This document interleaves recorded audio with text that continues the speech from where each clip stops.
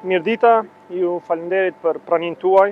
Sapo përfundova vizitën time në kompaninë Neho Isni, ku bashkë me zotrin Isni vizituam godinën për prodhimin e akullorës, të cilën kjo kompani tashmë e bën suksesshëm që nga viti 2012 si një nga 2 prodhuesit e vetëm vendor.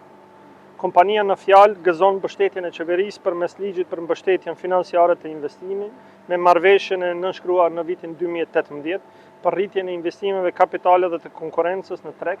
Kjo kompani arriti një përkraje në shumë mbi 6.300.000 denar. Shpresoj se kjo do të vazhdojë edhe në të ardhmen me kontratë të re për përkraje financiare.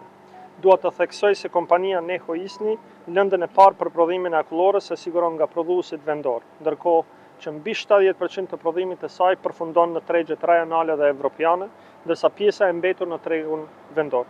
Kjo ka një rëndësi të veçantë për ne si qeveri, sepse me mbështetjen e kompanive që përdorin lëndë të parë vendore, ne promovojmë kontribon në mënyrën aktive në krijimin e vendeve të reja të punës dhe rritjen e ekonomisë.